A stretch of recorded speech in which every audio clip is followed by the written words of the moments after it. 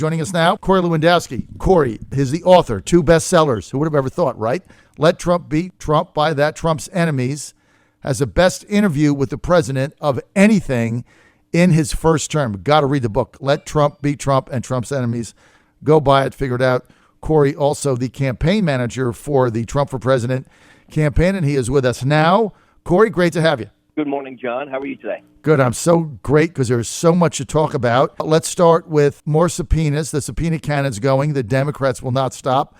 Now they're bringing back Hope Hicks. Hope Hicks was the press secretary of the president. She worked with you very closely for June of 2015, right up for a very long time, 13 months. She was your press secretary to the president, reported to you. Why is she going back there spending more money on lawyers? Well, this is the Democrats' attempt once again to ruin good people, to make them spend, hundreds of thousands of dollars to get answers to questions that they already know. Look, Hope Hicks has testified in front of Congress. She has spoken to Bob Mueller. She appeared in the Mueller report, as I did. We both, to the best of my knowledge, as I know I did, gave truthful information to the Mueller team, and the Mueller people concluded. And don't forget, this was 12 Democrats, some of which attended the Hillary Clinton, what was supposed to be victory party in November of 2016. They concluded there was no obstruction, and they concluded that there was no collusion. So to bring Hope Hicks back or to bring other people back at this point is all just the opportunity for the Democrats to not get the people's business done, to go after people associated with Trump. Because, John, it was amazing. Somebody sent this to me the other day.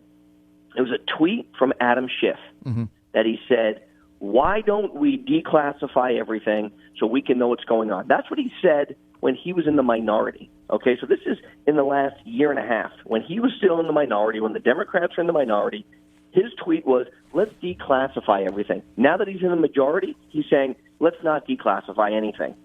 So it's amazing. These guys have no agenda. They have no desire to see the American people do better for themselves. All they want to do is attack people who have either worked for or been close to this president, and it's really shameful, and I think they will pay for it at the ballot box. Look, Corey, I think you're right. I mean, this is dragging these people like Hope Hicks back, and I know the New York Times did a piece on her the other day, and then AOC tweeted out a negative thing. I mean, all she did was work with you, 18, 19 hours a day, in trying to do the job that you hired to do, and now she has to go back there and spend more money. I mean, the whole thing is it's an harassment of innocent people to do their jobs. And what if you don't have resources? I was thinking the other day, what if I said, look, I'm going to give up my radio show and I'll be your assistant deputy, right? You would have probably hired me. I don't have those kind of resources. I know you would have. Now I'd be drug in there. My family would go bankrupt. John, that's their goal, right? Their goal is to destroy the lives of people associated with Donald Trump. And, there are people like Don McGahn, who's an attorney, and Amy Donaldson, they're attorneys, and I'm sure they have access to other counsels, and, they have privileges that the average person doesn't have. And I'm not pejorative to Don at all, but what I'm saying is obviously he's trained. He was the White House counsel. He knows what the laws are, what he can and can't do, and what, is legal and what isn't. But, Hope Hicks, myself, Keith Schiller, any of these other people who were originally part of the campaign, Dan Scavino, Mike Glassner, the names that some of these people know and some of the people don't know, if you get called back, there's all of the money that you have to pay your attorneys. And by the way, when you have to hire an attorney in Washington, D.C., these guys don't charge the $200 an hour they charge me if you have to do business in New Hampshire. Okay, it's $1,200 an hour, $1,500 an hour, and there's 3 of them or 4 of them or 5 of them. And so all of a sudden you're paying literally tens of thousands of dollars to go and answer a subpoena or to respond to a subpoena for something that you didn't do it was completely not illegal. All you did was try to help a candidate who you believed in, who was running for office. This could happen to anybody under this scenario, right? So it should be a huge red flag, a giant caution sign for everybody out there that if the Democrats can do this to people who worked on a presidential campaign, then they can do it to anybody, and people should be very afraid of that. I know I am. Well, they should be, but this is how they discourage anybody from going in and working for the president, because they don't want to be dragged in to court and pay all this money, and it's just not fair. It's just harassment of individuals by your own federal government. No, that's exactly right, and it's a shame, right? It's a shame, and they should do something about it. Look, the president's right. Stop the witch hunt. Get on with the people's business. You know, we don't have a transportation infrastructure spending bill done. We don't have the USMCA finalized by the Congress. That's what we're waiting on so we can have better trade deals. There are plenty of things that this Congress could be doing to be helping the American people in this country move in the right direction. They have no interest in seeing this president be successful. So because of the powers that they have as a co-equal branch of the government, they will do everything they can to make sure that he fails for the next 18 or 19 months so that when he has to stand for re-election, they have done everything possible to make sure that he loses. And I'm John, I travel so much around this country. I do it a lot. I talk to people. People are tired of it. Everybody waited for the Mueller report. That was going to be the definitive answer of what took place. We now know what took place, which was nothing, which I knew, and you knew from day one because I was there on day one when we turned the lights on. There was no collusion with anybody. And we had a hard time colluding with ourselves to get a cup of coffee half the time. That's right. Okay? But you know, that's not good enough anymore. Once the Mueller report came out and didn't give the result or the decision that they wanted, they have to keep going down this road, and it's really too bad for the American people. It is really sickening. It's beyond that because your government is now weaponizing their subpoena power to just harass individual citizens. I mean, I work with Hope Hicks. You work with her. All she did was do her job every day. She worked 18, 19 hours a day with you. You guys were sleep deprived. She was on the phone constantly. Her ears burned off. All she did was her job, and now she has to go through this. It's just not right. Okay, we have another federal judge who blocked part of the president's wall. So we now have these judges acting by fiat. Guess what? Now we find out the federal judge who blocked Trump's wall donated $20,000 to Barack Obama and his presidential reelection campaign. So now you got judges donating $20,000, blocking the president's agenda on behalf of the people. What gives here? John, I'm so tired of this. I really am, and I think people are tired of it too. You've got duly elected individuals who are designed to make laws and to help govern our country. And those people stand for elections at the ballot box, whether it's every 2 years, every 4 years, or every 6 years. Federal judges have almost unlimited authority, and we have really, as a country, given up a lot of our authority as a co-equal branch of the government to a single judge to make a decision. And what we've now seen on multiple occasions are federal judges who are supposed to be unbiased, and we know they're not, stopping president's executive orders, and we have to bring it all the way to the highest court in the land, which takes time, or preventing the president from using the funds which he's allowed to use and every other president's been allowed to use, and Congress has appropriated in some cases, to stop him from using it to build the wall. This is crazy, and the one big thing we will look back on when this administration is over in 5 years, we're going to look at the number of judges that this president has put on the bench. We're already at 117, I think, plus 2 Supreme Court judges. And that will fundamentally transform the way our country functions for a long time in the future, because these federal judges, with the stroke of a pen, can stop a president, can stop Congress, and what they say is, hey, you don't like it, go to the appeals process. Go to the Supreme Court, which, by the way, will take you 6 months, 8 months, 9 months if you can get the case heard. So they have such unlimited authority. They don't have, to be clear, more authority or less authority than either Congress or the President of the United States. They're a co-equal branch of the government. So for one individual to be able to sign something on a piece of paper when Democrats judge shop these all the time to bring these cases against the president and the administration, they find the most liberal outlet they can, and one signature on one piece of paper can prevent the government from doing something. I think it's wrong. I think we have to relook at that. And look, I don't know what the final disposition or answer is on this, but this is the equivalent of one person in Congress, of the 435 members of the House or the additional 100 of the Senate, signing one piece of paper and basically stopping the government, which is actually what we've now seen on the continuing legislation before Congress, where they asked for unanimous consent for something. One person stood up and said no. They had to postpone the whole thing. It's not supposed to be that way. And I don't think it's fair that one federal judge decides that he hates this president more than he loves this country, can put his name on a piece of paper and completely prevent the president from continuing to serve as the chief executive and implement the rules and regulations that he sees fit. Especially when we find out he gave $20,000 to Barack Obama in both of his campaigns, $6,500 to his first one and $14,000 to his second campaign. So he gave $20,000 to Barack Obama, who appointed him, and he gives $20,000 to him, and then he stops part of the agenda of the people. I mean, the whole thing is, it's we're in an insane time, I got to tell you. Okay, let's go to the president's tax returns. Now, another defeat the president had on the hands of other judges saying, yeah, you got to turn your tax returns over. Let me just ask you this. Why does the government have a right to turn a politician? If Trump didn't want to give his tax returns, he doesn't want to give his returns.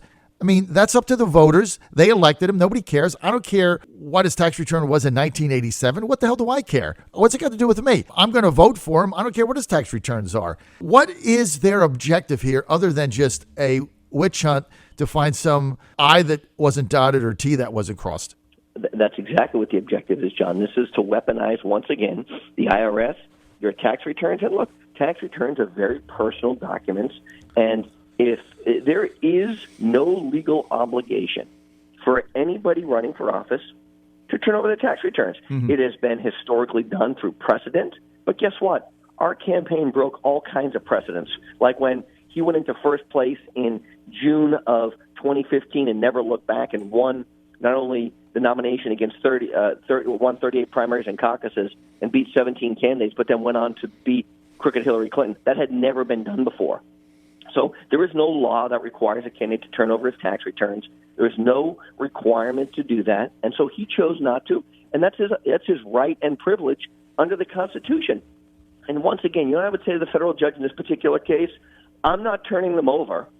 I'm mandating, as the chief executive of the IRS, that they not turn them over, and good luck. Mm-hmm. Hold me in contempt of court for not turning over my tax returns because there's no legal obligation for him to do it. And you know what the Democrats want to do? They want to see how much money he made in a given year. They want to see how much money, he gave to charity that particular year. They want to use those to then leak them to some media outlet, CNN or MSNBC or some other liberal outlet that is going to say, oh, Donald Trump only gave 1% or 2% to charity, and he's not, he took a tax deduction on this or whatever he did.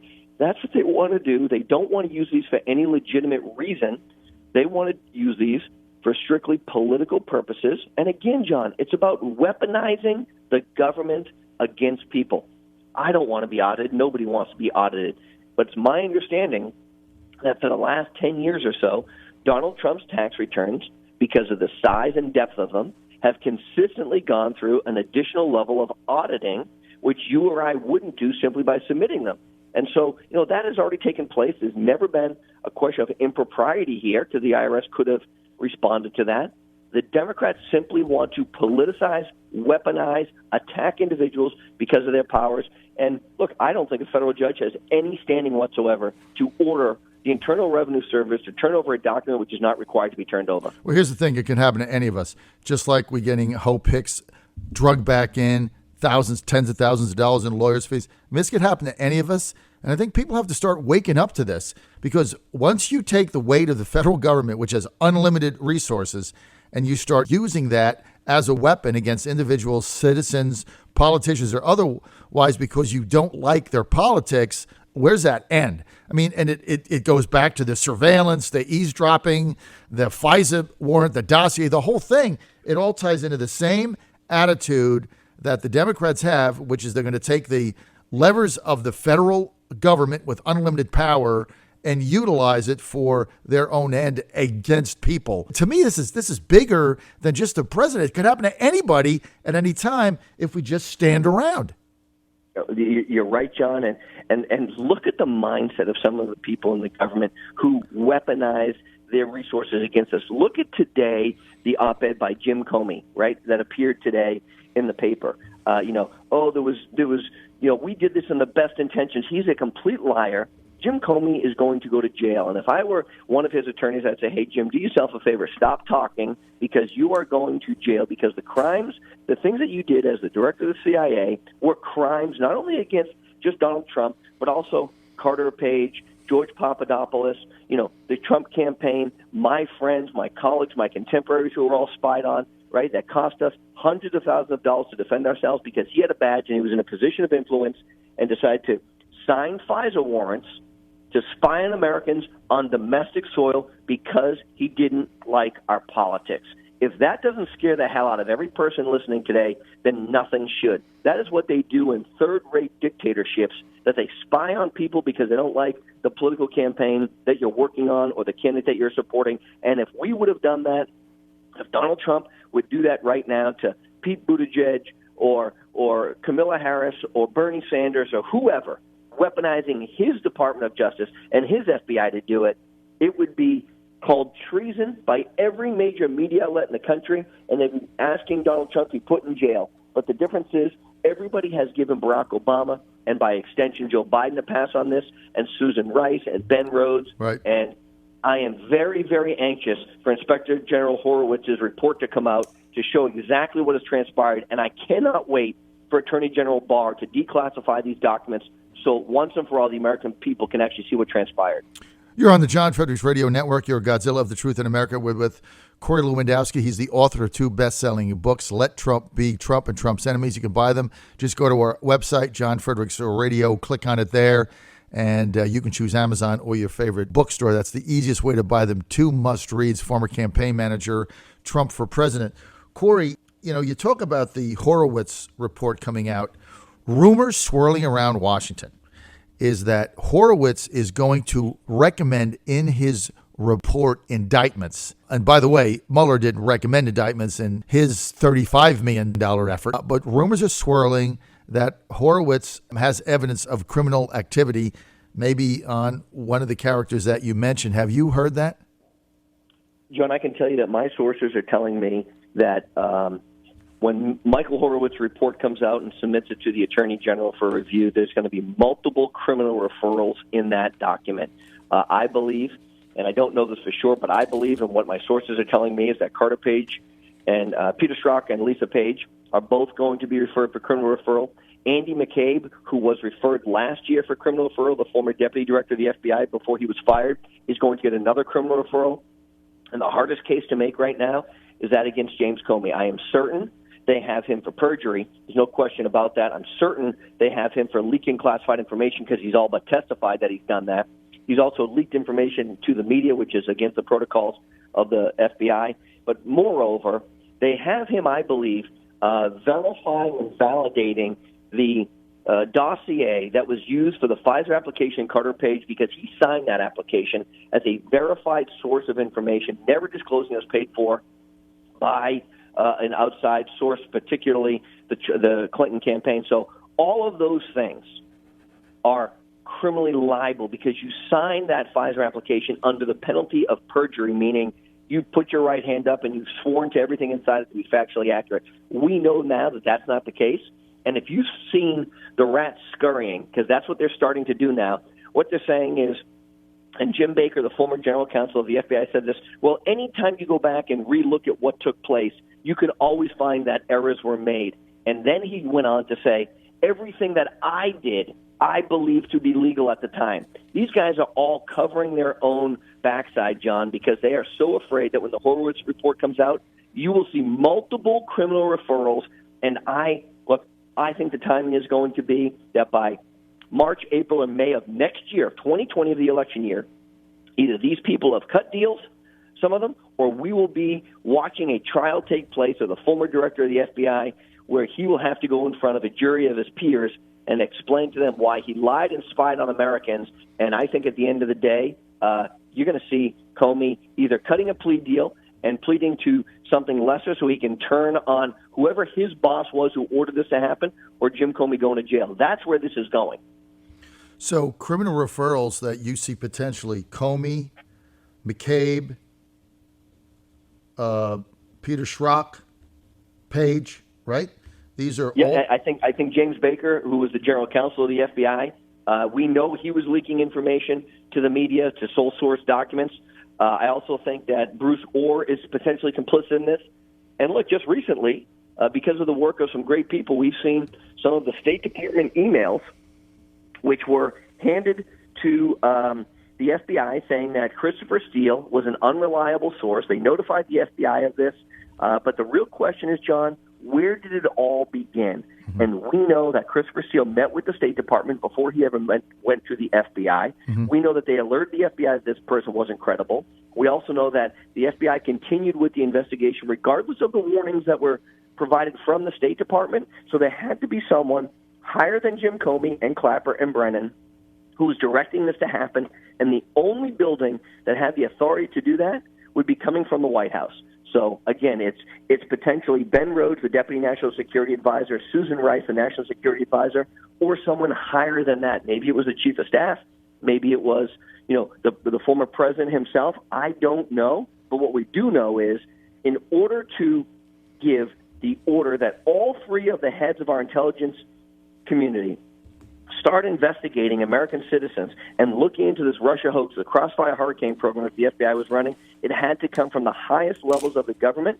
And we have seen now, John, and they're not public yet, but they will be, we have seen the email traffic with a number of senior government officials on those emails, and one name and one name only continuously is blacked out, redacted, not provided to us. And based on the number of people who were in the meeting and what those emails say, we believe that individual who is blacked out is either the president or the vice president of the United States. So it's either got to be Biden or Obama. That's right. And look, not one person has asked Joe Biden what he knew about this investigation yet. He was the vice president of the United States. It is the single biggest, scariest witch hunt, abuse of power in American government history. It happened on Joe Biden's watch. And he says the government failed you. I agree. It absolutely did. He has not been asked one question on the campaign trail, what he knew about Brennan and Comey and Clapper spying on Americans, and I want to know his answers. We're going to find out. Corey Lewandowski, we're out of time. Corey suggesting that when this is said and done, it's going to get all the way to the White House. How far did it go? Joe Biden, Barack Obama, Ben Rhodes, Susan Rice, where did it go? That's, I think, the story here, Corey, and we're going to continue to follow this. Thank you for sharing that with us. Corey Lewandowski, buy his books. Let Trump be Trump, Trump's Enemies,